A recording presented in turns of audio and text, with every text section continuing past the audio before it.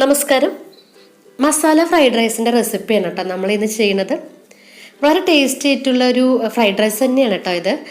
മിക്കവാറും എല്ലാവരും fried rice ചെയ്യുന്നത് തന്നെയാണല്ലേ. പക്ഷേ ഇതുപോലെ ചെയ്യാത്തവരുണ്ടെങ്കിൽ ഒന്ന് ട്രൈ ചെയ്ത് നോക്കൂ കേട്ടോ. വളരെ ടേസ്റ്റി തന്നെയാണ് കേട്ടോ ഇത്. അപ്പോൾ വീഡിയോ കണ്ടിട്ട് നിങ്ങൾക്ക് ഇഷ്ടപ്പെടുകയാണെങ്കിൽ ലൈക്ക് ചെയ്യാനും മറക്കരുത് കേട്ടോ. അതുപോലെ തന്നെ നമ്മുടെ ചാനൽ ഇതുവരെ സബ്സ്ക്രൈബ് ചെയ്യാത്തവർ ഒന്ന് പ്ലീസ് സബ്സ്ക്രൈബ് ചെയ്യണേ.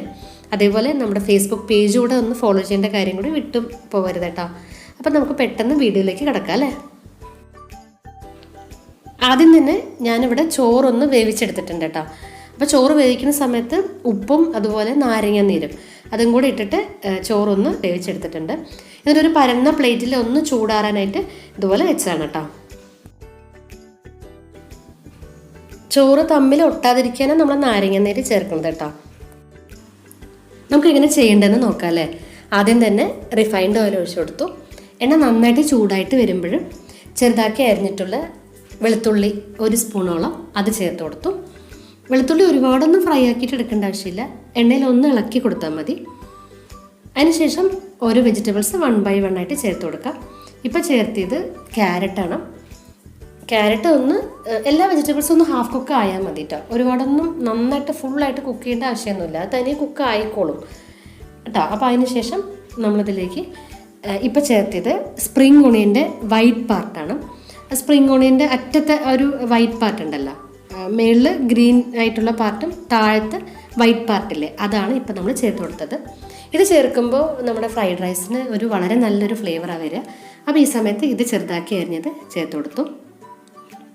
പിന്നീട് നമ്മുടെ എരിവിന് ആവശ്യമുള്ള പച്ചമുളക് ചേർത്ത് കൊടുക്കുക.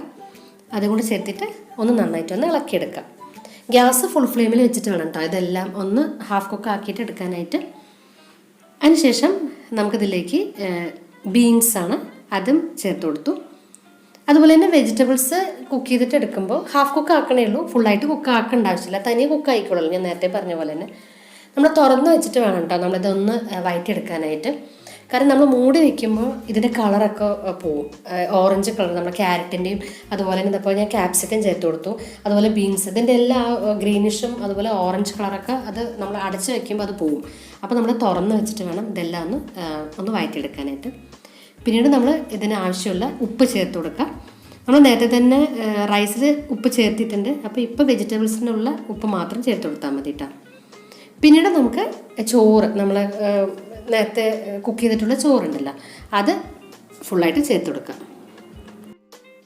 എന്നിട്ട് ഇതെല്ലാം നന്നായിട്ടൊന്ന് ഇളക്കിയെടുക്കുക. എല്ലാം കൂടെ വെജിറ്റബിൾസും അതുപോലെ തന്നെ റൈസും നന്നായിട്ട് മിക്സ് ആകുന്നതുപോലെ നന്നായിട്ടൊന്ന് ഇളക്കിയിട്ടെടുക്കാം.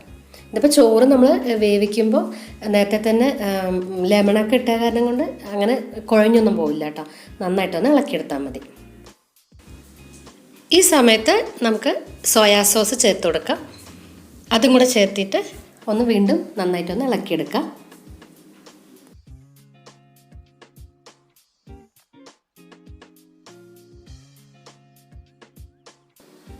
പിന്നീട് കുറച്ചുകൂടെ നാരങ്ങ നീര് ചേർത്ത് കൊടുത്തിട്ടുണ്ട്. ഒരു ഹാഫ് സ്പൂണൊക്കെ ചേർത്തിയാൽ മതി. നമ്മൾ നേരത്തെ തന്നെ ചോറിൽ നാരങ്ങ നീര് ചേർത്തിയല്ലോ, അപ്പോൾ കുറച്ച് ചേർത്ത് കൊടുത്താൽ മതി.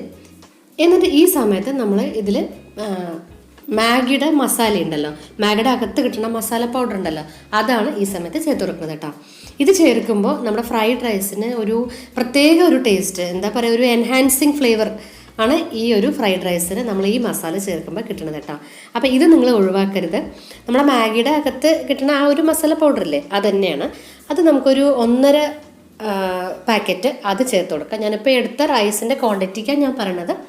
ഒരു 1.5 പാക്കറ്റ് ഞാനിപ്പോൾ ചേർത്ത് കൊടുത്തിട്ടുണ്ട് കേട്ടോ. അതുകൂടെ ചേർത്തിട്ട് നമുക്കിതിലേക്ക് പിന്നെ ലാസ്റ്റ് സ്പ്രിംഗ് ഓണിയൻ്റെ ഗ്രീൻ പാർട്ട് ഉണ്ടല്ലോ, നമ്മൾ ആദ്യം വൈറ്റ് പാർട്ട് ചേർത്ത് കൊടുത്തല്ലോ, അപ്പോൾ അതിൻ്റെ ഇപ്പം നമ്മൾ ചേർത്തത് സ്പ്രിംഗ് ഓണിയൻ്റെ ഗ്രീൻ പാർട്ടാണ്. ഇത് ലാസ്റ്റ് ഇത് കൂടെ ചേർത്തിട്ട് ഒന്ന് നന്നായിട്ടൊന്ന് ഇളക്കിയതിന് ശേഷം നമുക്ക് ഗ്യാസ് ഓഫാക്കാം. അങ്ങനെ നമ്മുടെ ഫ്രൈഡ് റൈസ് റെഡി ആയിട്ടുണ്ട് കേട്ടോ. അപ്പോൾ അതെല്ലാവരും ട്രൈ ചെയ്ത് നോക്കാം. അതുപോലെ തന്നെ ഞാനിപ്പോൾ ഇവിടെ ചേർത്തിയത് മാഗി നൂഡിൽസിൻ്റെ അകത്ത് കിട്ടുന്ന മസാല പൗഡർ ചേർത്തിയത്. നിങ്ങൾക്ക് അതല്ലാതെ മാഗിയുടെ മാജിക് മസാല പൗഡർ സെപ്പറേറ്റ് ആയിട്ട് കിട്ടും. അതെല്ലാം സൂപ്പർ മാർക്കറ്റിലും ഇപ്പോൾ അവൈലബിൾ ആണ്. അത് ചേർത്താലും മതി കേട്ടോ. അതാണെങ്കിലും ഇതേ ടേസ്റ്റ് തന്നെയാണ്. വളരെ നല്ലൊരു ടേസ്റ്റ്, നല്ലൊരു ഫ്ലേവർ തന്നെയാണ് കേട്ടോ നമ്മുടെ ഈ ഫ്രൈഡ് റൈസിന്. അപ്പോൾ എല്ലാവരും ഒന്ന് ട്രൈ ചെയ്ത് നോക്കുക. ട്രൈ ചെയ്യുന്ന സമയത്ത് കമൻസും കൂടെ അറിയിക്കാനും കൂടി വിട്ടുപോരുത് കേട്ടോ. നമുക്ക് പുതിയ നല്ല നല്ല വീഡിയോസായിട്ട് ഉടനെ കാണാം. Thanks for watching. ബൈ.